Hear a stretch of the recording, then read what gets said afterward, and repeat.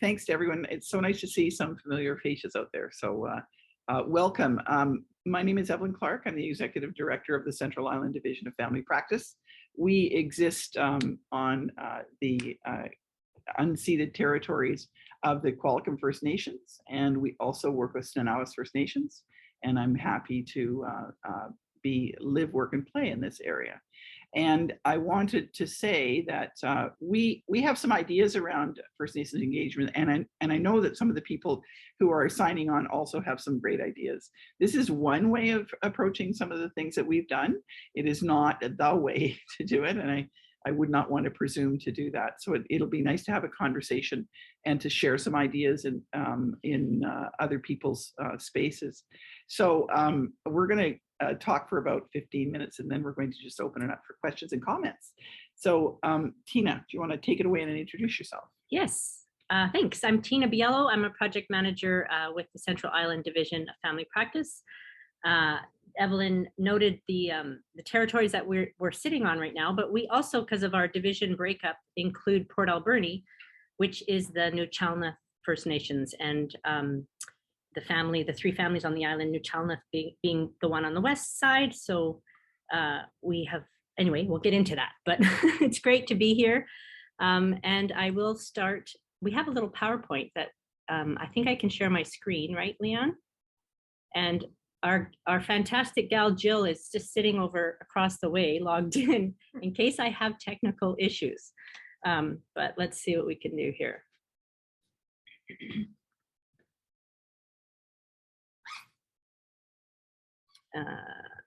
we are.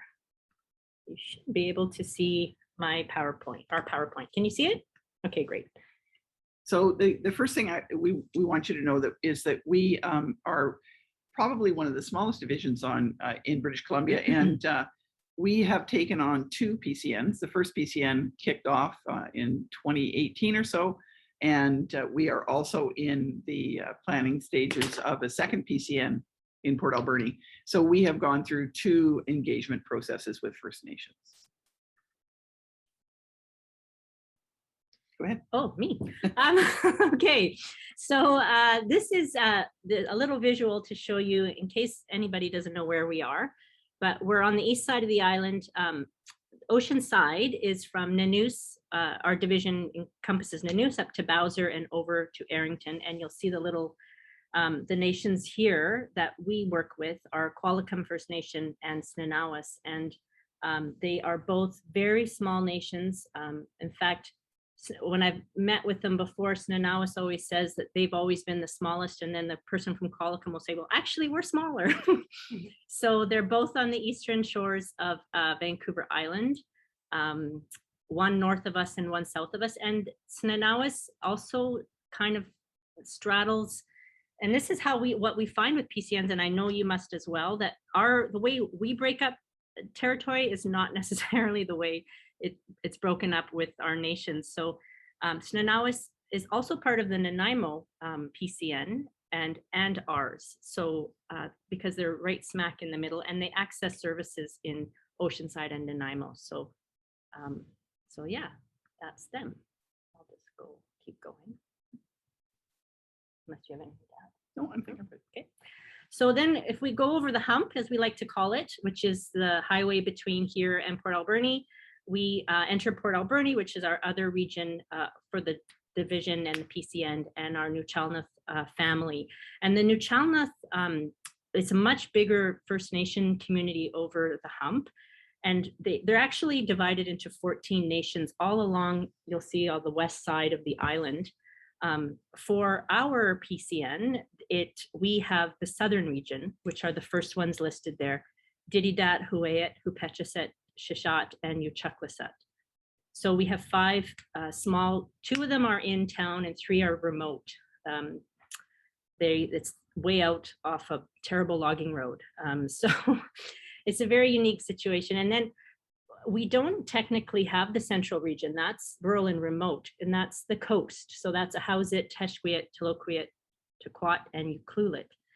However, a lot of these nations, central and south, come to Port Alberni for services. So we really have had to take that into account when looking at our PCN, and it's a big part of it. And a lot of people also live away from home in Port Alberni. So, and the other region, which I believe in the division world is Campbell River, is the northern region, not just Campbell River, but North Island. Yeah. So it's a huge region. And we also in Port Alberni, so there's a tribal council that work with all 14 nations, and their headquarters, their main office is in Port Alberni. So we just included a couple quotes here, but we won't read them to you, but feel free to read them, and Evelyn will talk a little bit about relationship, how to start, or how we did. So I can speak a little bit about how to start relationships, but I have to say that Tina has been an expert in starting relationships with First Nations and has a significant amount of years working with them. And so that was an advantage for us as we went forward into our building of relationships with our First Nations, that Tina already had previous relationships with, especially the New Chalmette team. And so that is very, very helpful. So a couple of the reasons, the ideas that we would want to put in your brain is you need to start those relationships before decisions have to be made. Frequently, we're in such a rush in the world that we live in, is we call people to the table and say, now we need you to make a decision today. And that isn't how a lot of First Nations move forward. And valuing relationships are so important to both parties that we need to slow down and be sure that we don't make decisions or don't build relationships and then expect decisions the next day.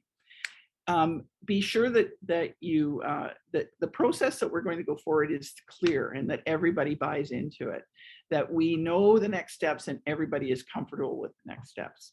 If you don't do that, you can also get people's backup and get them pushing back and mostly not coming to meetings and not being involved in those kind of things. And so as you move forward, move slowly and ensure that your support is there and that it is obvious support. Ensure the relationship is more than just this project based, meaning that I want a relationship with you and I want it ongoing and it's important enough to me. I have a project and we're wrapped in that, but you're more important than the project is, I think, one of the pieces that we find really valuable. And frequently, people will be in First Nations will be very busy, or they're really not showing any interest in the project, or they're concerned about the project, and they don't show up to meetings, or they don't involve themselves in meetings. It's important, I think, to go back again and again and again, and leave the door open. The door should always be open for people to come to the meetings, but also go to where they live and sit with them and bring food. We were talking this morning about every time we go somewhere, bring food, but sit down and go back again and again. Don't take no for an answer the first time. Keep trying to build that relationship and that trust. Oops, sorry. Okay. So here's another quote. I went through the TRC, and I don't know if everybody's had the chance to, but it's quite a beautiful, amazing document.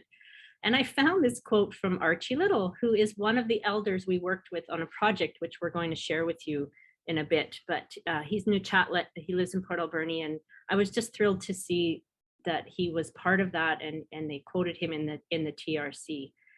Do you want to speak a bit more to this, or how to conduct? Did you want to finish this up? Yeah, just that I'll leave this up. I won't read Archie's quote, but please read it while this slide is up.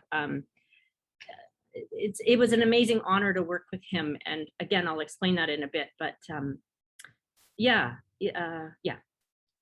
So this slide is about how you actually conduct business at the table, and we had a lot of conversation about these ideas, but some of this sounds like it might be lip service, but ensuring people have a voice at the table is really, really important.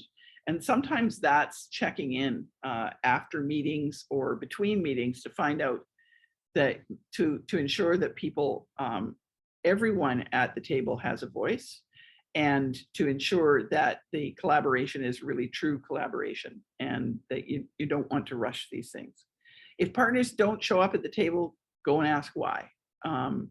Go to their home, talk to them, go to their place of employment and say, we really need you there. We really want your input on that. If they don't show up, go and ask. And I think it's really important when you're having meetings to understand that even the softest voices at the table need to be heard, but there needs to be space given for that. Sometimes we need to pause. I for one, talk too much at meetings, but sometimes we need to stop and we need to invite people to speak and listen very, very carefully. I really like that quote this morning that said, listen with your 3 ears. Mm-hmm. Yeah, I know that. Both of your ears and the one in your heart. I think that is really important, especially working with our First Nations partners.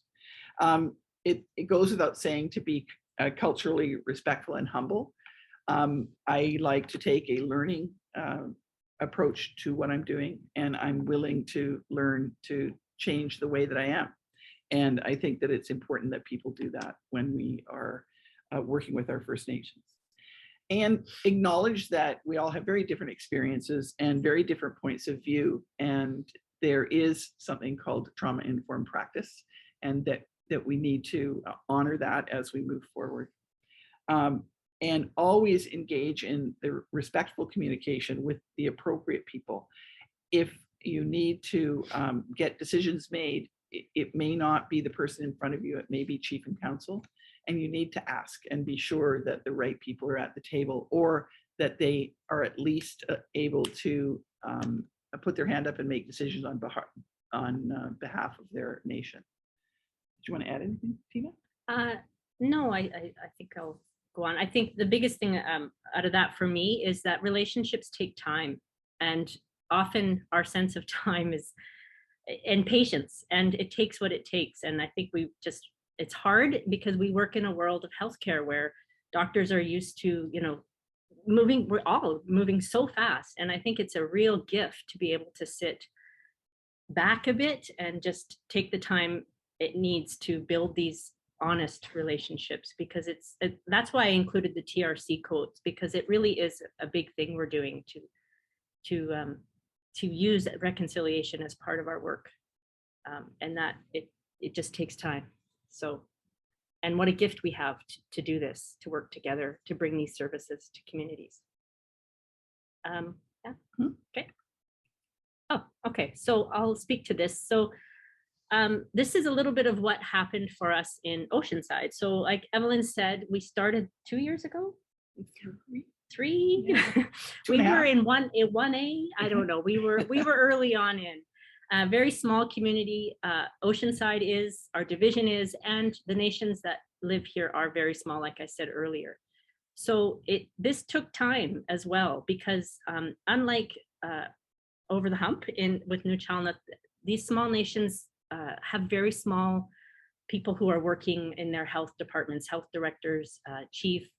They're very busy. And as we were building this, they were all of a sudden getting requests, not just from us, but like Snanawas, Nanaimo, and like they were getting a lot of different requests for meetings. So it really was what Evelyn said, going out to the communities and just saying, introducing ourselves and saying, this is what we're doing.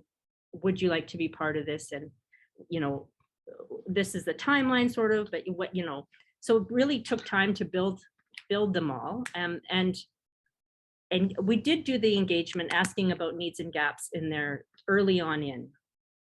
But then, the ongoing steering committee meetings, and it's a challenge for these smaller nations. So I would just say, if that's the case for you, just to be patient and keep reaching out and asking what works for them. Like, is it work to have someone else, or maybe support from FNHA if it's too small? Or an example with Qualicum is we had a representative coming to all of our meetings, and just this summer I couldn't get through and didn't know why. And I finally went to the community and learned that she had left. So now we're just bringing someone else on. So it's a process. It's a great process to be part of. And the Métis Nation here as well, we're just in conversations with them because we couldn't get through at the time when we started in Oceanside. So, it's just at whatever stage you're at, just making sure you're continuing to bring people forward to the table. So anything else you want to add? No, I think that's fine. So Port Alberni, so like Evelyn said, I've been working with the community there for probably 6 years or more. So it was great that I had already built those relationships and had done other work with them and knew where to go and who to talk to. But the tribal council there is a really amazing council. And you'll hear in the video, we're going to show you a video, the nursing manager talking about how progressive they are and a leader in many ways, the Nuchalnup people. So they've been really instrumental in building relationships with the health directors from all 5 nations. We're just in the process of finishing up our engagement for the Port Alberni PCN. So that's what we did. We also, ahead of this in the spring, it's been busy. We set up a cultural safety sessions with elders. This was a tremendous honor for me to be part of and get together. And again, it was really in part with the partnership with the tribal council and Matilda Atleo, who is an amazing person who really knows the elders in her community and was able to bring elders forward who wanted to be part of this. And what it is we, sorry, the printer's going off, it distracted me. No, it's okay. What it is we wanted to find a way to have a conversation with the elders in the community and our physicians, and not just physicians, it turned out to be hospital staff as well over there. And so we did outreach with the elders and they came up with all of the topics. We had 9 sessions. They wanted to speak to these topics. And it ranged from everything from residential school to accessing healthcare challenges and barriers and how they've been overcome. And throughout this process, we had the Kamloops incident. So we had we started back in March, and all of these events kept happening and kept informing the sessions. And they were 2 hours. So this was all done on Zoom, and we were able to record them. We have them all recorded, which is huge and amazing. We lost one of the elders. One of the elders died. There was a birth. It was a process, and an honor to hear the stories. And I have to say, I was really scared that the doctors, I didn't know what to expect. I didn't know if physicians would sign up, if they would sit for 2 hours and listen to elders speak. And it was amazing. They did. They came forward. They have relationships already over the years, maybe not positive ones, but they were able to sit and talk to and listen to the elders and then ask questions. And it was quite moving. So that's what that project was. Thanks to RCCBC, who approached us and said, we have this money ahead of your PCN to do some of this outreach. Would you consider it? And we said, sure. So just to also to layer into that, what we did was there were a number of sessions of 2 hours long, which were recorded and then basically distilled down into what you're going to see in one of these sessions. Haven't seen them all yet. We're still waiting on a couple to finish up because we went into the late summer to do this. But I'm really looking forward to them, and then they will be available on our website. They can be available to you if you want, or if you want to talk about a project like this, happy to help that as well. Yeah. So, is it next video? I'm not sure, but what was I going to add to that?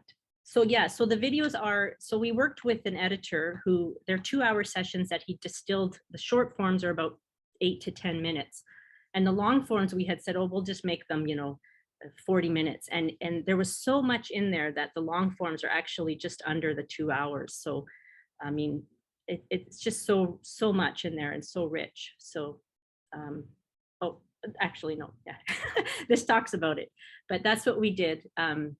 Yeah, it was actually a 9-part series because the elders asked at the end if they could have a session with the hospital in West Coast General Hospital. And we did. And, they have a lot of stories there that are not positive of their experience, but we brought together staff, and that one was a big session. It was about 25 people.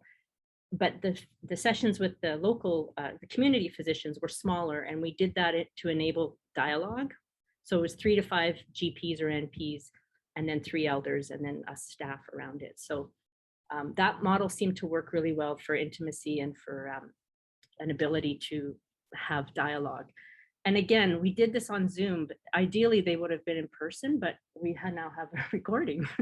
So, and the elders have given their blessing to share this, which is amazing.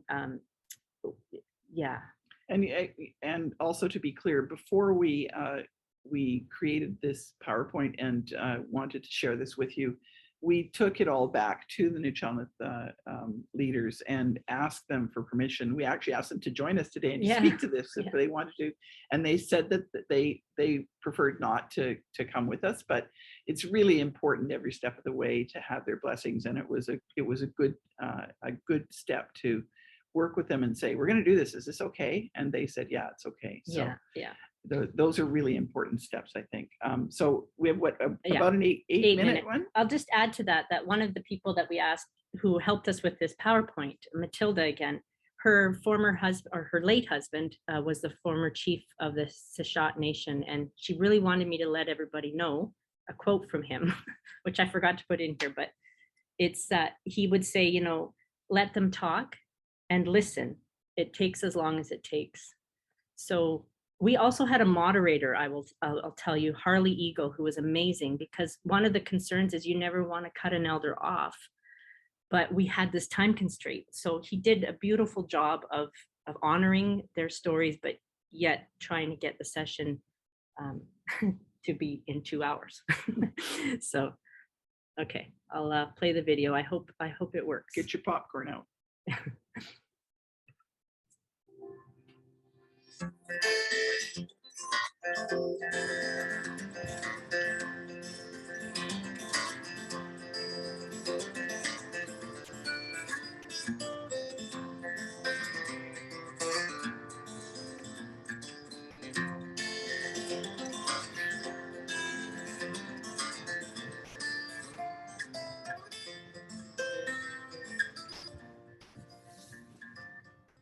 I was saying to Matilda earlier that it would be awesome if this process could be a standing process that doesn't, that keeps going, it becomes a regular, like tonight, Dr. Sam Williams, she's having her regular meeting, I guess, with her group of physicians.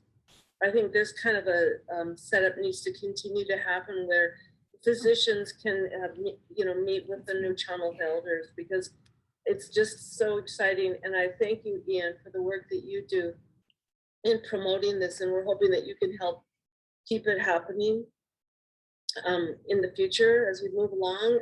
Especially, it's just important. I mean, we're just on our way out of a pandemic that was really traumatic for our communities. And that's partly due to the history of epidemics and, what's happened there. So that it was traumatic for us to go through this. It's been hard, especially on remote nations. That New Chalmette has about 8 different remote nations. So that's been really tough, and we're now getting, hopefully to the other side slowly here. I feel it. And now this hits us with the findings at Kamloops. So it just seems to, it just seems to come. And, New Chalmette has always been one of the leading Indigenous organizations and nations across the country. So again, I see it's just a privilege to be here, and I appreciate you allowing me to come in tonight. Thank you. Right away today, after I talked with my boss and said, I started researching all the policies. I started right from the Royal Proclamation and looked at each one of them. The last one was Bill C-92. Bill C-92 was the one that affects me more in the job that I do. The rights of children to learn their culture and be connected to their community.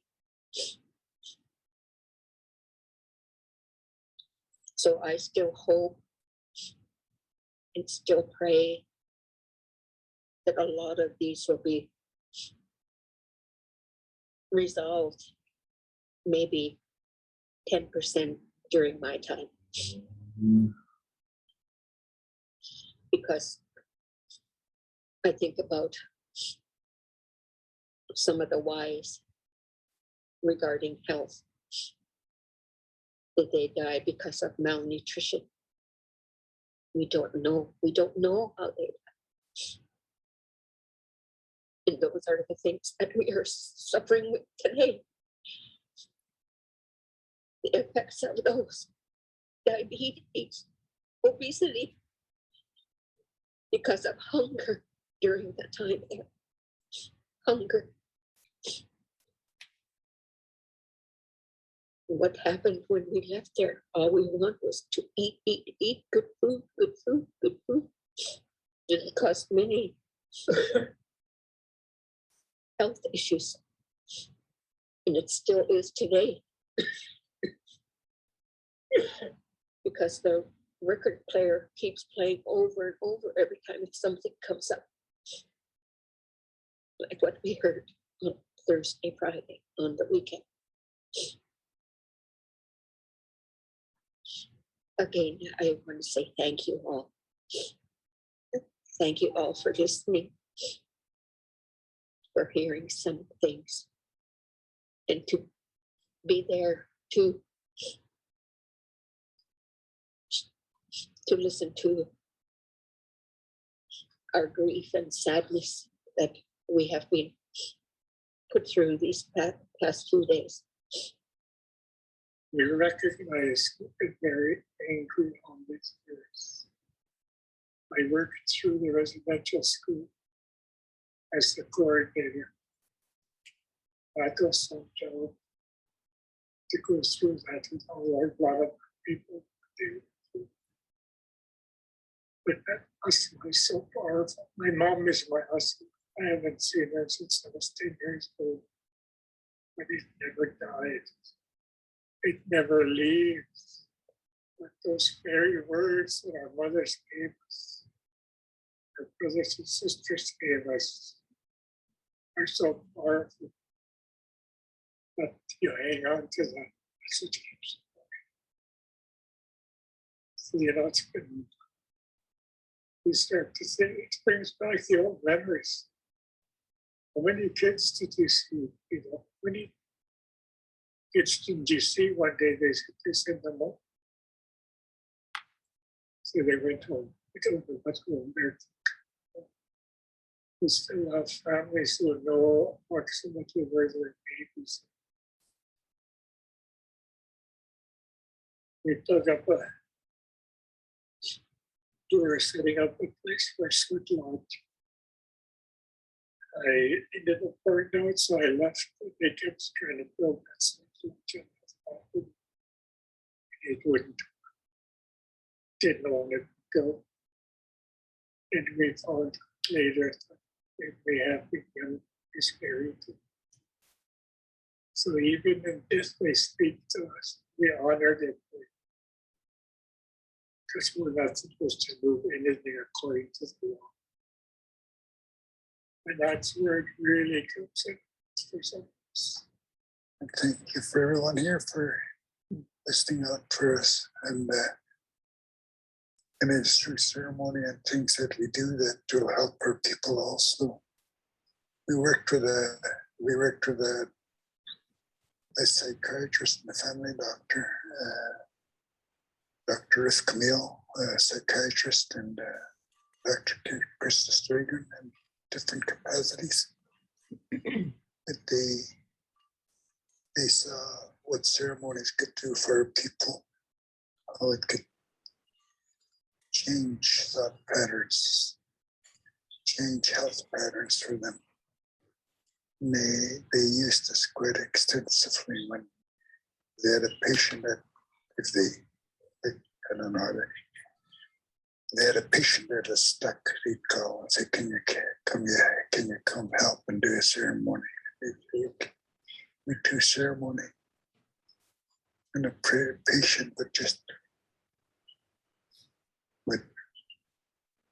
move forward. and such a simple ceremony. So, but it was working with their spirit and them, the whole being. We work with spirit, we work for the soul, and we work with every aspect of ourselves, mind, body, spirit, and soul, emotions, and everything. So we work with that.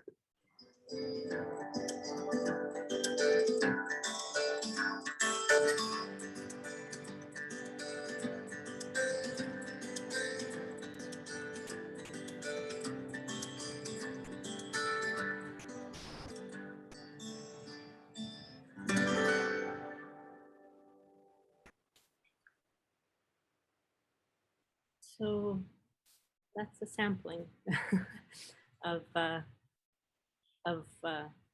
sessions. Very, very moving, and it's, sorry,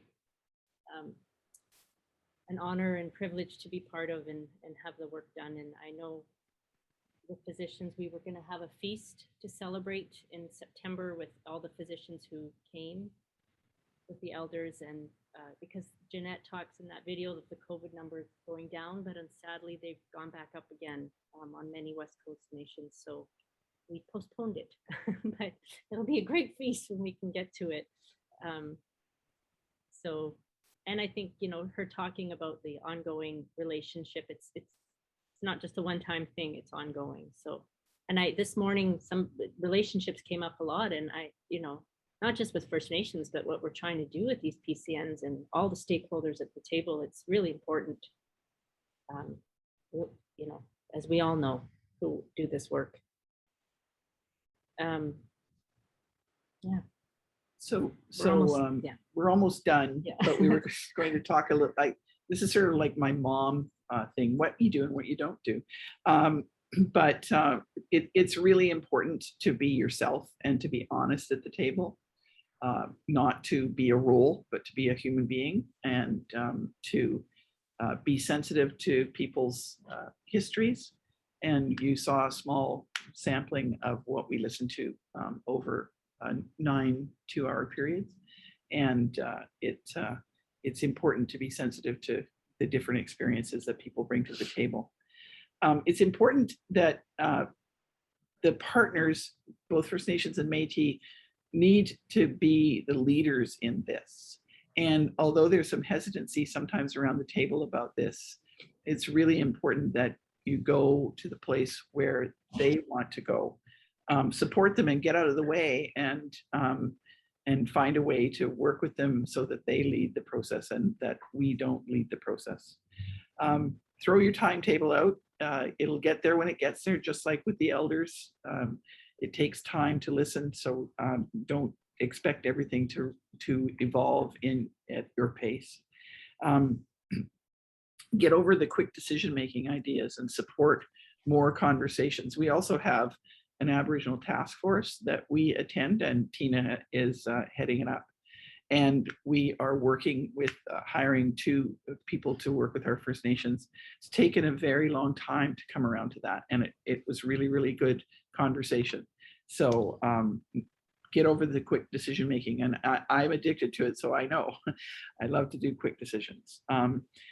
Be curious. Come to the table to learn and to be a student of this. That's important as well.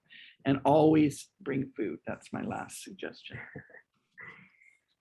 And I think that's us. So I'll stop sharing so we can see each other, and maybe Leanne, we can have a conversation or see what people have to say. Excellent. Well, thank you so much, Evelyn and Tina. Well, thank you for your presentation, for your words, also for sharing that video. That's wonderful that you got the elders' permission to share that with us. And so I noticed, you know, we did have a little bit in the chat feed. And I don't want to put you on the spot, Angie, but you had mentioned something that you were sort of sharing to the group. So I guess before we move to the rest of the discussion, I guess I'll just check in and see if you'd like to expand on what you were sharing. Hi, yeah, I just, so I'm a home care nurse, registered nurse, working on reserve. I was really trying to think of how to get our local physicians more involved with our community members. And I thought, you know, I also work at the hospital in the emergency department. And so I was very familiar with and very close with the physicians, but my community members were not. So I kind of just sent them a text one day and was like, hey, would you want to come up for lunch? We have lunch every Wednesday for community members. We would love it if you would join us. And absolutely, he said, yes, I'd love to come. And I said, okay, you know, any allergies or things that we shouldn't be making? He said, nope, just do what you always do. So that's what we did. And it was awesome. You know, I kind of just, the only thing I said was, you know, no, I talked to community members and just said, you know, like, this is not a physician visit. He just wants to come and see where we live and see how we live. And it was beautiful. People felt so much more comfortable. Yeah, it was awesome because it was just a friendly visit. That's so great. Yeah. Thank you for sharing that, Angie. And so that sort of wraps up what I saw in the chat feed, but I guess I'll just ask folks, do you have any questions or comments for Tina and Evelyn about their presentation, about their process, how things have been working with their PCN? Hey, it's Karen. I just had a question. In the beginning, you were saying that some of the First Nations groups can belong to 2 different PCNs. So are we including their numbers in both? Because I'm in the process of working on a PCN, and I wonder if we will have some that will be going to different. Do the numbers stay, like, will your numbers be the same as they would if the people are going to 2 different PCNs? Do we need to? You know that PCNs hang on data, right? And yeah. And so especially in Port Alberni and we're working with New Chalmette, and the cross pollination between that and the West Coast is really a very tricky number, but we're really cognizant of that. And so we're going to places like West Coast Hospital and saying, tell us of the amount of people who come from the West Coast and come to the hospital, for instance, and pardon me, and getting those numbers so we can get an idea of what's happening there. Okay. Because it is a nebulous thing. It says, you know, these First Nations come in for services, specifically things like maternity care, and a lot of First Nations live in Port Alberni and are not on any lands, on traditional lands. They just live like urban people, and they're counted too. So we're working with First Nations Health Authority and with Island Health to try and follow up to see what data they have about that cross-pollination. But it is tricky. It's not an easy number to get to. And I would say it would be and like for in that example, FNHA has been great to give us numbers of people coming in for treatments and in Port Alberni, they have to stay overnight, and it's like but they also are coming from homes on the West Coast. So the West Coast PCN, which is a PCI, I believe, will take that into account. I imagine their numbers. So it's sort of both, right? They're servicing the people at home, but then they come to Port Alberni and we're also, so yeah. Yeah. And I guess depending on the service too, because I do find we have some, I'm in Pemberton, we'll have some that'll go to Lillooet or Lytton, we used to, then we'll have some go to Merritt, and then the majority still come to us, but you're right. I guess they can choose. Yeah. Thank you. Excellent question, Karen, and thanks, Tina and Evelyn. I noticed that Stacey Tyers, the primary care transformation lead for GPSC, has mentioned something in the chat box. So Stacey, do you maybe want to expand a little bit on that? Sure. Either not hard enough workers or don't know how to save money. Take Gary, for example, right? His argument is that where he we're hearing a commercial. But realistically, he inherited his $3 million wine business out of college. That's more wealth and capital. Maybe the host could Hannah, it looks like you need to mute. Elon Musk to Jeff Bezos to Bill Gates all started off in very. Oh my goodness, maybe I have the power to mute her. Class person as they go. There you go. There you go. There we are. Thank you. Okay. So I support PCNs throughout the North, which in the North there's 55 First Nations communities, and lots of it crosses where they receive services, obviously. And so the determination has been by community. So for example, the Tahltan Nation is actually in a CHSA with the Smithers Bulkley area, but in speaking with them, they actually, if they access those services, they access them in Terrace because that's where they go to do their shopping and other stuff, right? So they've actually joined the Coast Mountain PCN. And then also there's an FNPCI that crosses some of those communities as well. And the choice is given to the community to determine, but there is no double counting of the data. So it's a choice. So you won't see their data landing in two different PCNs unless they've divided it. Like as a community, they've said, we access both of these. We would like to see half go to each because we access both of them. But in the North, the decision has gone to community on where they feel like their natural healthcare flow goes. Thank you for explaining that, Stacey. Oh, it looks like Christine, you've got some comments in the chat feed. Maybe you'd like to expand on some of those? Sure, I'm no longer stretching in the background, so I can put my video on. Tight hamstrings. I just thought we were really fortunate to have an organization called KDC Health that is a First Nations health and social services provider here in Campbell River. And several years back, they reached out to see if they could incorporate our family medicine residents into providing a clinic for them Friday mornings. And so that developed over the years, and COVID put a little bit of a hiatus in there, of course. But along with that, they also developed some cultural learning and sharing modules as well that the medical residents could join in on, and some of our family physicians.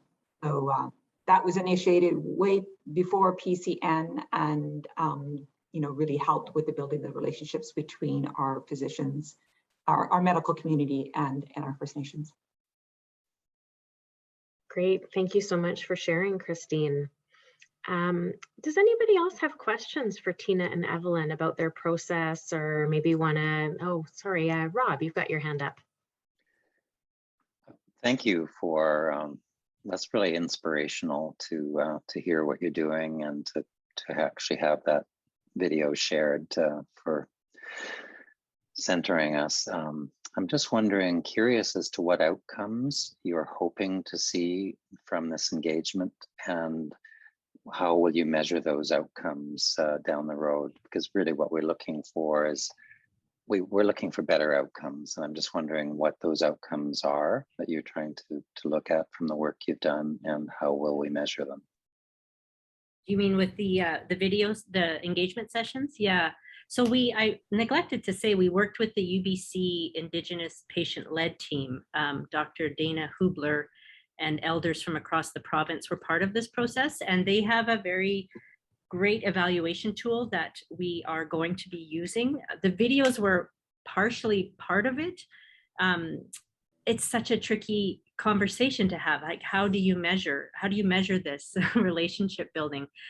Except to say, we will continue to follow up with physicians. The feast would have been an opportunity for us to sit in the same room, not only to feast, but to talk about this exact same thing. How will people know when they go into your office that you're having more of a sense of cultural safety and humility?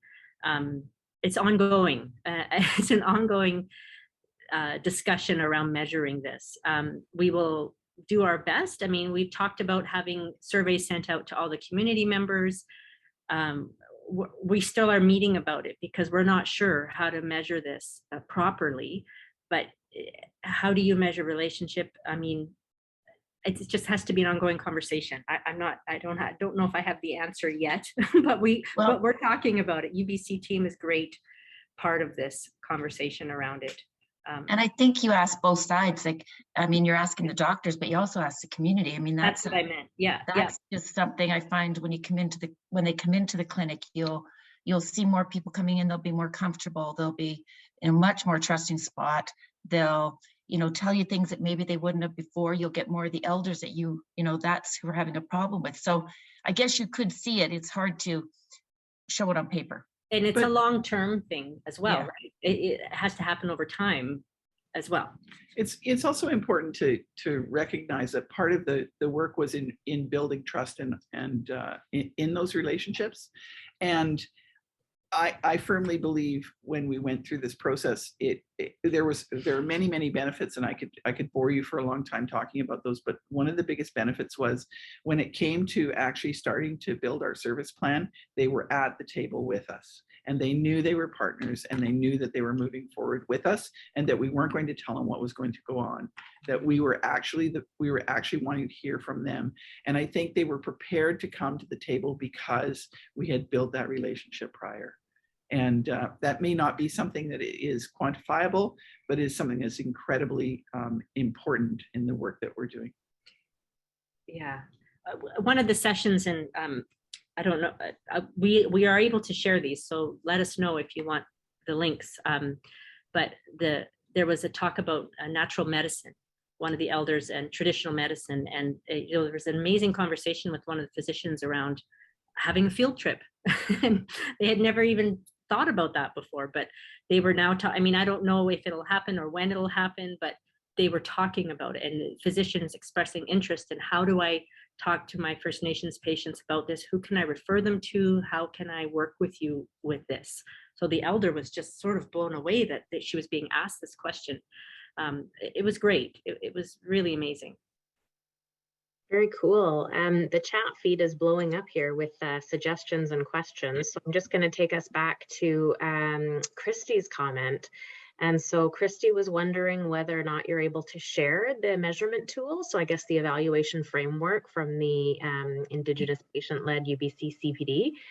Maybe that's a question for UBC, but once we get it, yeah, we're still, like I said, we're still working on it.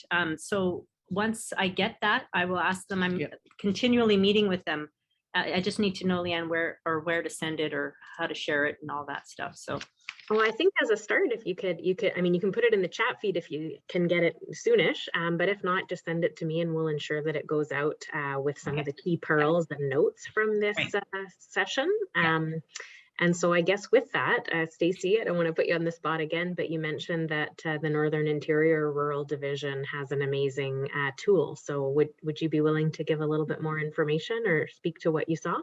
Sure. It was a very simple tool that it's the first time they've used it. So it was baseline, and it basically listed each individual person that's involved in the work, and each person ranked like their relationship to them.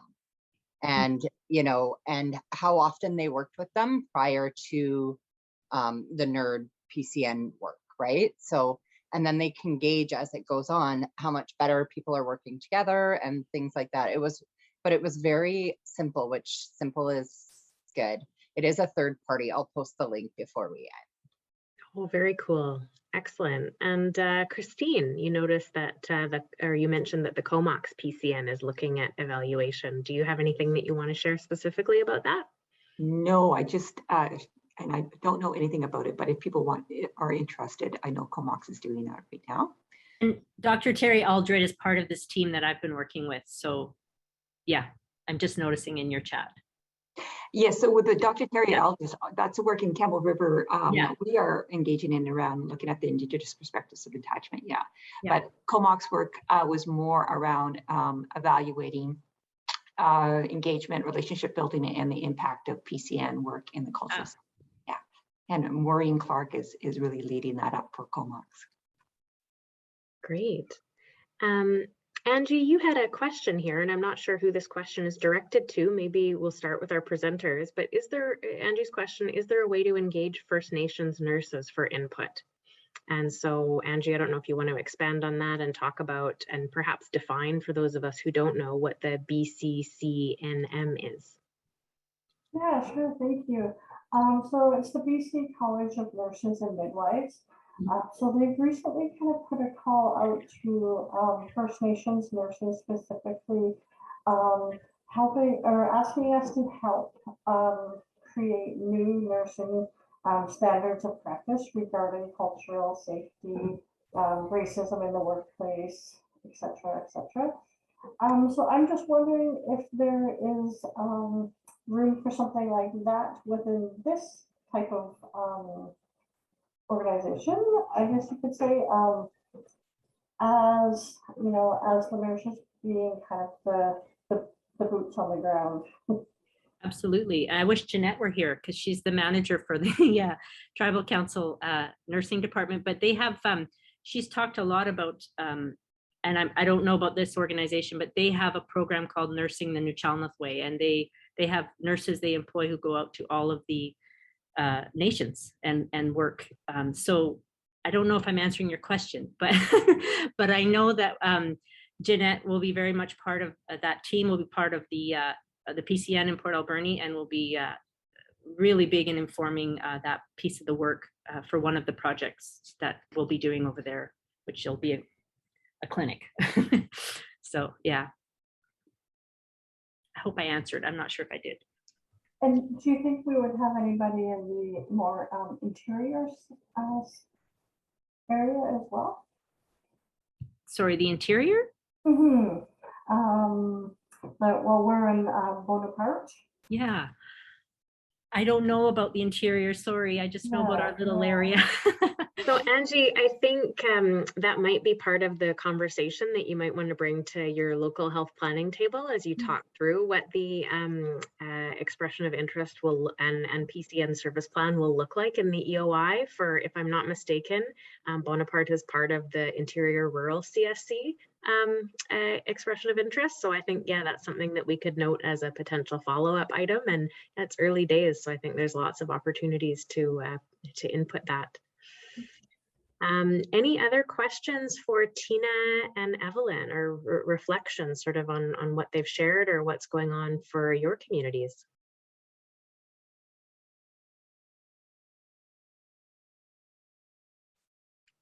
Oh, Stacy's noting in the chat feed here that there's a PowerPoint that she can share. I guess is the PowerPoint related to the evaluation tool that the NERD? Oh yes, excellent. All right, wonderful. Well, that would be great, Stacy. Thank you so much. So we've got 21 minutes left together to chat a little bit more, either about the presentation that Evelyn and Tina have shared, or maybe we can open things up and see if there's anybody else on the Zoom that has something that they'd like to share about a process that they use to engage with First Nations communities through their PCN planning, or maybe a question for those communities that are still in the planning stages. Oh, I see a hand there, Sheena. Hi, I think I just kind of wanted to comment on since I started supporting the PCN within the Secwepemc Nation, I've noticed a lot of burnout with my health directors. So just with the Esquet, the missing from Kamloops here, and then the they struggle with capacity now, and then a lot of we're mainly interior, so we also dealt with wildfires this summer. So I'm noticing a lot of burnout, and then when it comes to just the sheer amount of meetings to have to keep engagement in PCN, frustration, because you know these communities have been lacking resources for so long. And, you know, I have a lot of health directors who are kind of like, I'm done with this planning process. We've been planning for 25 years. We've been asking for the same thing over and over again. This is just another way of planning without seeing any resources. So I wonder if you have any kind of advice on how to kind of re-engage them and ensure that they are keeping on track and trying to keep them interested in trying to reassure that relationship, because I feel like there has been some bridges burnt in the lack of trust there. Yeah, That's a great point. Well, Yeah. I guess I could layer a little bit in here, and that has to do with, yes, you can't be more right about that. There's a lot of burnout, a lot of confusion. There is a lot of, I guess, cynicism that, oh, here comes another idea, but what can we do about that? One of the things that I think that we're doing right in the organization that we're in right now is that we do have people who don't show up at meetings or are disengaged and those kind of things. And Tina goes out between meetings and asks and talks to them and asks them what they need to be supported to come to the table or make decisions. And I think that they feel more welcome doing that, and that they feel that there's a voice. For instance, we had to make some decisions with regards to our First Nations MHSU professional and our advisor. And we needed to make those decisions, and people weren't coming to the table.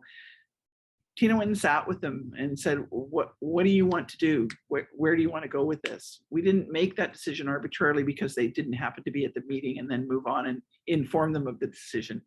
Tina's been really great about going out, taking them a cup of coffee and sitting down and going, no, you can't make it, but what are your words of advice, or what do you have to say about that? And I think that that's really important, is if they're not at the table, go find the table they're at and say, we understand, we get the burnout, we understand that we're just doing the best we can over here. And then Tina would bring that back to our task force, and we would at least get a temperature reading from those people about where they wanted to go. And we listened and we followed those directions. We didn't just go ahead and make a decision. Yeah. I think that's important. And I would also use that opportunity to fill them in on where we were at with it, and what was coming, and what were the roadblocks, and what we really needed to move forward with these positions with their input. So yeah, that's exactly what worked here works. Doesn't always work. And it's a fine line. I'm happy you brought this up, because sometimes I feel like I'm just, I hate to bug you again. I'm sorry.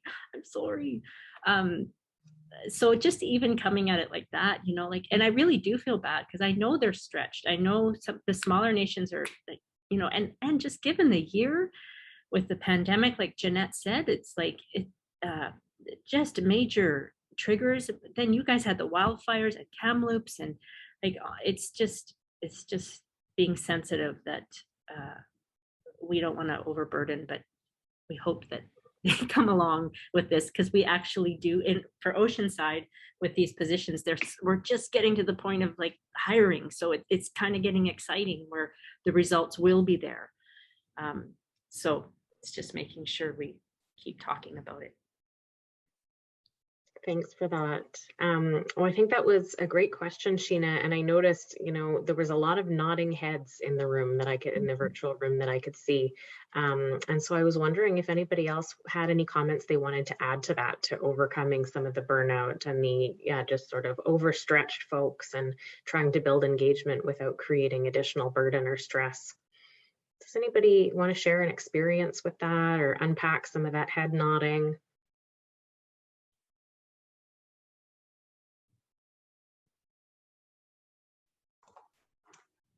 I think, Leanne, I'm feeling it from the other side. So I work with Sheena.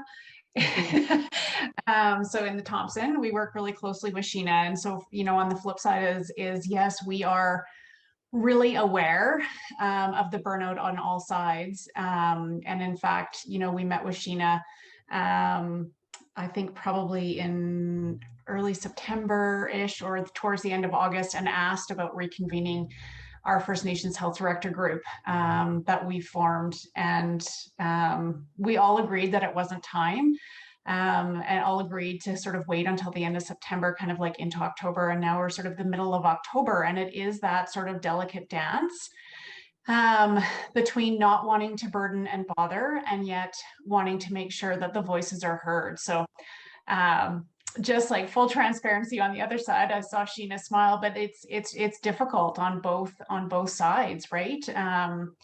we're super empathetic and also understand we're all also burned out, you know? So Sorry, Rhonda, yeah. are you, I don't know what side you mean. Do you mean you're on the PCN side? So I'm with the Thompson Region Division of Family Practice. Okay, So we've got an EOI approved by the ministry.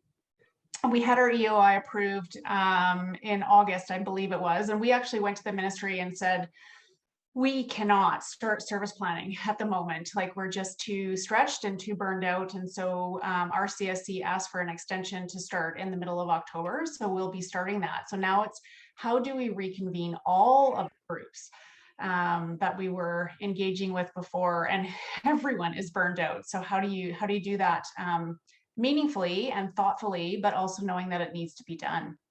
Yeah. Yeah, thank you. Thanks for sharing that, Rhonda. I noticed that Josh has his hand up.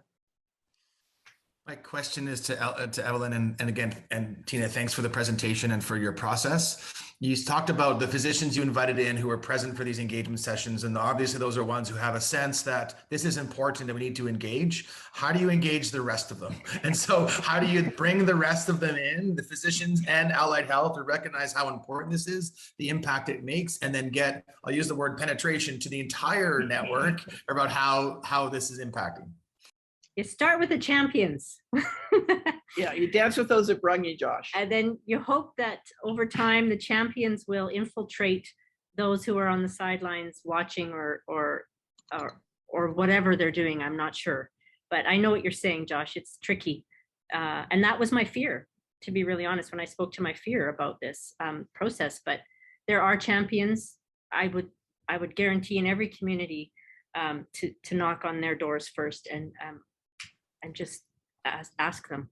And the other thing, Josh, I think that's important is I'm pretty convinced that a lot of the people that came to those meetings were not champions. They came because they were curious, and they had heard that we were doing this, and they came to listen. And so yes, some of them were the converted, but many of them were not, and we didn't ask anything of them but to listen. And I think that's important as well, is you don't have to do anything at this point just to listen. And I know that frequently just listening will change people's minds and change their thinking around that. And if their thinking has changed, then when they walk into their clinic the next morning, the possibility of someone else's thinking being shifted is there as well. So it's an organic process, and it can't be rushed. I'll also add, have a great physician lead, because my physician lead was amazing. He was an ally, a champion, and he was on his phone texting physicians after those sessions, getting, talking to them, like, just wonderful. He was amazing. Really appreciate, Tina and Evelyn, that feedback. I'll add to the fact that the champions may not just be physicians, and I'll use our mayor of Hope as the biggest champion that brought people in, and the reflection that if ceremony is medicine, right, the fact that we can, as leaders, get to be invited to ceremony, you need to take that opportunity, and you'll learn more about people, their lives, their history from sharing salmon or raising a welcome post than you ever will from sitting through an engagement session. And so leaning on your partnerships. Thanks so much. Thanks, Josh. I couldn't agree more. Rob has his hand up. Thank you. I'm just reflecting on all the conversation, and I guess what I've recognized through my long career is that I always felt there was no opportunity for engagement of our Shishel First Nation or any of the Indigenous people living on the Sunshine Coast. So PCN has really offered that opportunity, because we started our Indigenous outreach through our PCN, and out of that recognized that PCN is really a tripartite kind of effort between our health authority, our Division of Family Practice, and our First Nations. So we now have a tri-chair role in our PCN steering committee of the health manager for our Shishel Nation. We're holding the spot on our CSC steering committee as a tri-chair for one of the nation members who is just over capacity at the moment, but she is going to join us when she can. And out of this outreach, we have developed through the UBC CPD, the Elder to Elder program, which I think is the base of what you're talking about, Tina and Evelyn. And they're actually having conversation that's been going on for quite a while now. And I didn't really know what was going on, but I'm getting a sense as to what they're doing. And that is where the outreach to the rest of the community of physicians is going to be, is those videos are going to be audience sessions where we view those videos.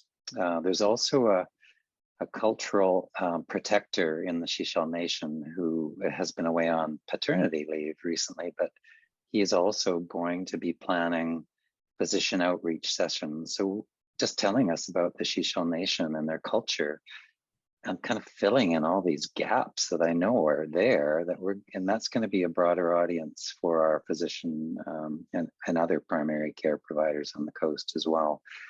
And the other thing I love is that all hires through PCN are going to have to do the Sanyas training. And again, what a powerful experience doing that training. So I think we're encouraging all of our physicians to do that training, and that mandate for all hires to have that being a requirement. Those are sort of three-pronged effort, and it's all hopefully making a difference, which is why I was asking the question about outcome measures down the road, because one of those postings earlier on in the slides was that measurement of child health, poverty, those measurable outcomes. I mean, the fact of engaging is healing in itself, but I also am really curious about gathering data about, has all this effort paid off for getting more equalization of healthcare status, which is desperately different between the Indigenous and non-Indigenous cultures. So that's the kind of thing where I hope this is all leading us is to healing and really making a big difference in our healthcare system generally. Great, thank you for that. I noticed that Elisa Harrison is on the call, and I don't want to put you on the spot, but I just noticed there's been a lot of conversation about UBC CPD Indigenous patient-led, and I wonder, I know you're an exhibitor, but if you just want to chime in, because not everybody's had the opportunity, anything that you would say based on what we've heard has been happening on the Sunshine Coast or Central Island Division. I only joined this session about 10 minutes ago, so I only just catching up, but I think all I can add right now is just to say that it's really exciting work. It's really incremental work. It moves at the speed of relationships. COVID has certainly put a series of challenges in the road of that work, but it continues on, and I know our team is really deeply invested and has spoken at length about the work in Sechelt, and has really appreciated the collaboration involved there, and just the investment from all the partners. So we're excited about it, and hoping that as the pandemic, fingers crossed, continues to improve, that can build even further.